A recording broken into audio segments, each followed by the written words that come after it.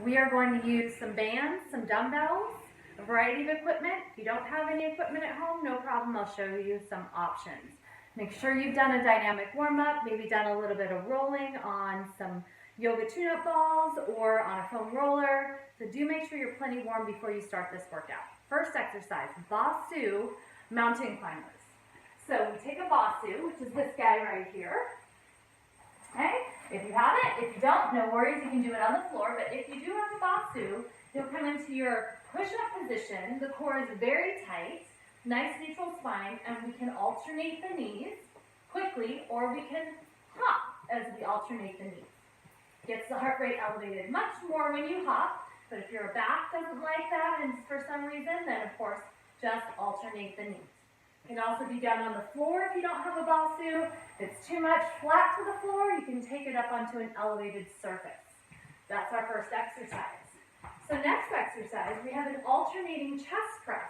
Now this can be done certainly on the floor, and it can be done on a ball, it can be done on your Bosu if you have a Bosu. So I'm alternating the arms. One arm is always up. So the arm that is up is actually doing some work, but it's doing some stabilizing type work. So it's an isometric hold at the top each time.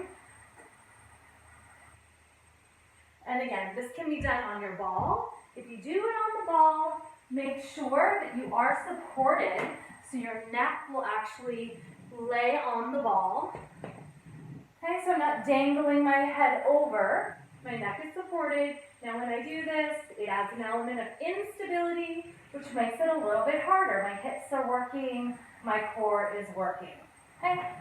So if you don't have a ball on the floor, no problem. Now if you don't have dumbbells, same thing in the body, in the chest, is a push-up. So chest presses with a dumbbell is the same exercise as a push-up. On an elevated surface, on the floor, all the same things, 45-degree angle. Obviously, you're not going to alternate your arms on a push-up, but you will still be working the same muscles. The next one is a squat with a curtsy lunge. So you actually take a little squat, and then I step behind myself, and I do like a curtsy, or like a bowler's lunge. Some people like to call it a bowler's lunge. And I squat, and I curtsy, and I squat, and I curtsy. So I alternate my legs. Glutes really working on this one. Some people's knees don't like that one, so if they don't, just do the squat. Okay? Can be done with or without weight.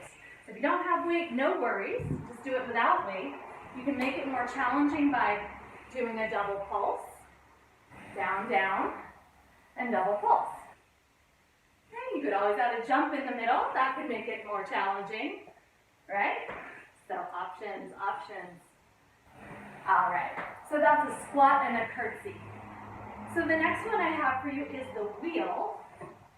That's this guy. If you don't have a wheel, again, no problem, just do a regular plank, which I'll demonstrate. If you do have a wheel, just be really conscious of what's happening with your back. This is an exercise where I'm coming only to flat. I don't come into extension, so I'm going to turn sideways. So extension in the spine, you're going to hurt your back. So rib cage and hip bone stay pretty close together. I come just to flat and then I come back.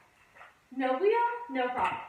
You can either do these on the knees or on the toes.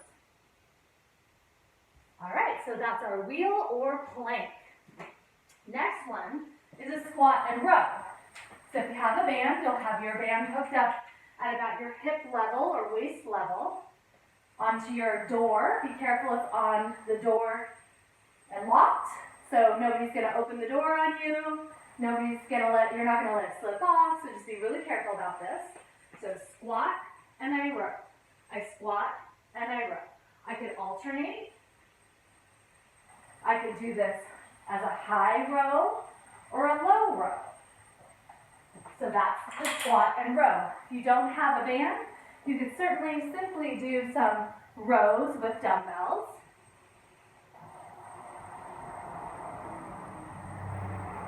Or rows with your jugs of liquid.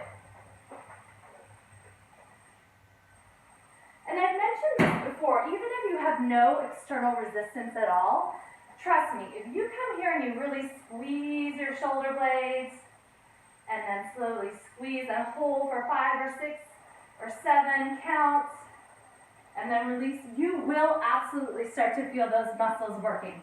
Eventually, you'll probably want some external resistance. You can certainly start with no resistance at all, just isometrically contracting the muscles. Next exercise, swimmers or cross-country ski. So, it's like I'm diving into a warm ocean, and I'm swimming. Okay? That one's the swimmer, and then the cross-country ski, you go up and down. I like to mix them up, kind of a combination of some of each. So, if I'm doing 45 seconds, maybe about 22-ish seconds of each of those, or maybe every other time I do the swimmer, and then the next time I do the cross-country ski.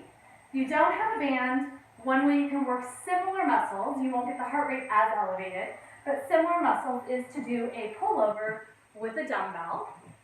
I'll just do it on the ball, but it can be done on the floor or on a bench. So I'm here, and I'm stretching over my head and coming back up. Similar muscles working. Okay, if I don't have dumbbell, I always have my handy-dandy jug of liquid that I can use instead. All right. So the next one I have for you is a shuffle over the step. So this is a one that we can do with or without additional resistance. So I could add a little band here and put it around above my thighs.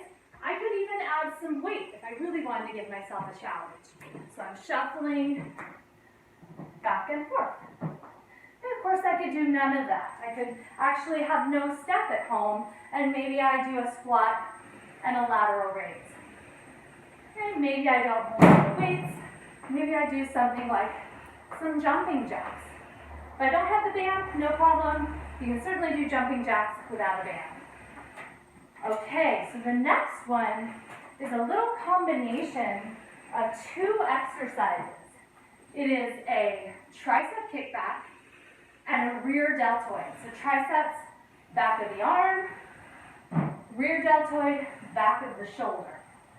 So you do one of each. So I'm hinged forward, I do a tricep kickback, and then I do a lateral movement with my arms. So I'm hinged forward, and I go out, back, and then out. Elbows stay right up by my sides on the triceps, and then I keep a little bend in the elbows on my rear delts. Okay. Last one I have for you is a tap back. So if you have a stool or a folding chair, either of these could work. A step could work as well. I could certainly just use a step and tap back. Okay.